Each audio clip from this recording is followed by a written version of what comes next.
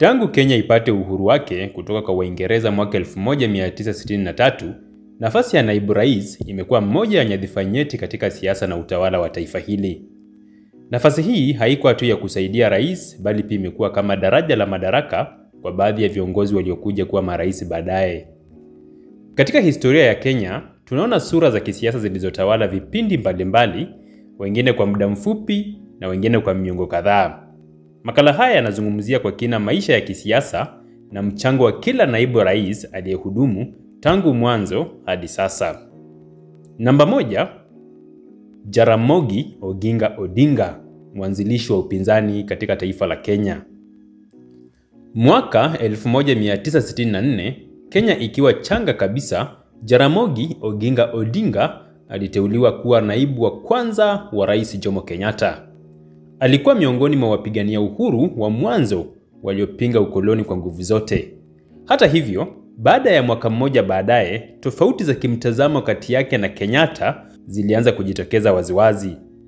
Jaramogi alipinga mfumo wa ubepari uliokuwa ukikumbatiwa na serikali mpya, huku akisisitiza usawa wa kijamii.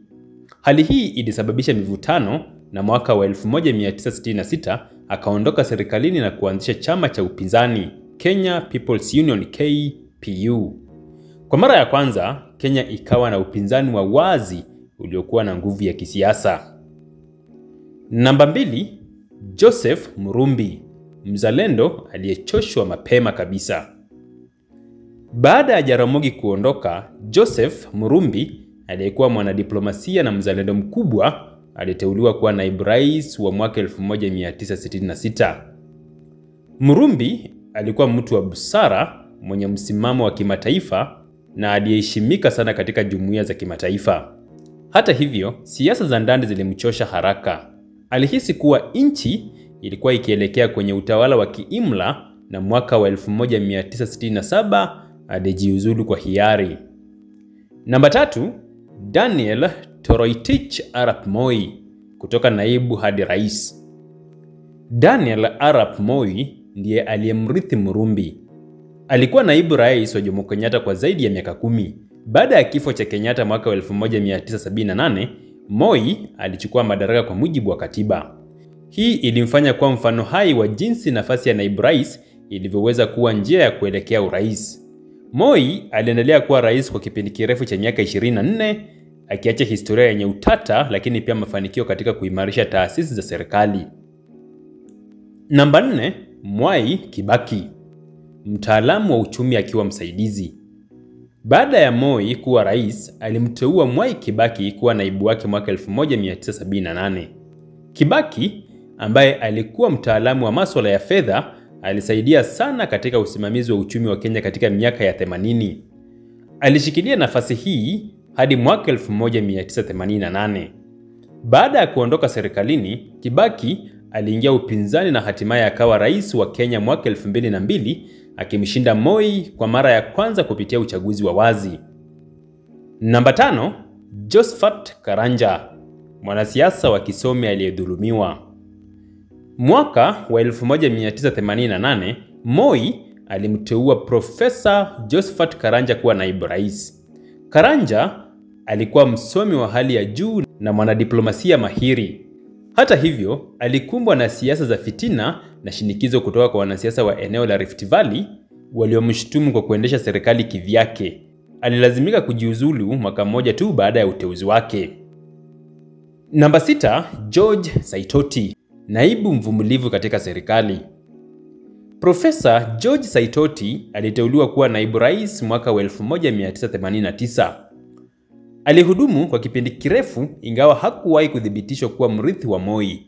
Muda wake ulikumbwa na changamoto nyingi, ikiwemo kuondolewa na kurejeshwa tena kazini. Pamoja na hayo, Saitoti aliendelea kushiriki katika siasa hadi kufariki kwake mwaka 2012 katika ajali ya ndege. Namba 7, Musalia Mudavadi, naibu wa siku 90. Mwaka wa 2012, Moi alimteua Musalia Mudavadi kuwa naibu rais miezi mitatu tu kabla ya uchaguzi mkuu. Alidhaniwa kuwa alikuwa mrithi wake wa kisiasa, lakini uchaguzi wa mwaka huo ulimpa ushindi Mwai Kibaki. Mudavadi akabaki upande wa upinzani kwa miaka mingi, akiwa mmoja wa wanasiasa wakuu nchini hadi leo. Namba 8, kijana Wamalwa, mzalendo aliyependwa na wengi. Baada ya ushindi wa Kibaki mwaka 2002, kijana Wamalwa aliteuliwa kuwa naibu rais. Alijulikana kwa ufasaha wake wa Kiingereza na upekee wa mawasiliano. Kwa bahati mbaya, Wamalwa alifariki mwaka wa 2003 kabla ya kukamilisha hata mwaka mmoja katika nafasi hiyo. Namba 9, Moody Awori, babu mwenye busara. Baada ya kifo cha Wamalwa, Moody Awori aliteuliwa kuchukua nafasi hiyo. Akiwa na umri mkubwa, aliitwa kwa mapenzi Uncle Moody na alikuwa kielelezo cha uadilifu. Alihudumu hadi mwaka wa 2008 akiwa miongoni mwa viongozi waliokuwa mstari wa mbele katika kupigania katiba mpya. Namba 10, Kalonzo Musyoka, naibu wa serikali ya muungano. Machafuko ya kisiasa baada ya uchaguzi wa mwaka 2007 yalileta serikali ya mseto mwaka 2008. Kalonzo Musyoka aliteuliwa kuwa naibu rais na makamu wa rais katika kipindi hicho kigumu. Alisaidia kuleta utulivu na alihusishwa na mazungumzo ya amani yaliyoongozwa na Kofi Annan. Namba 11, William Ruto, kutoka naibu hadi rais wa nchi.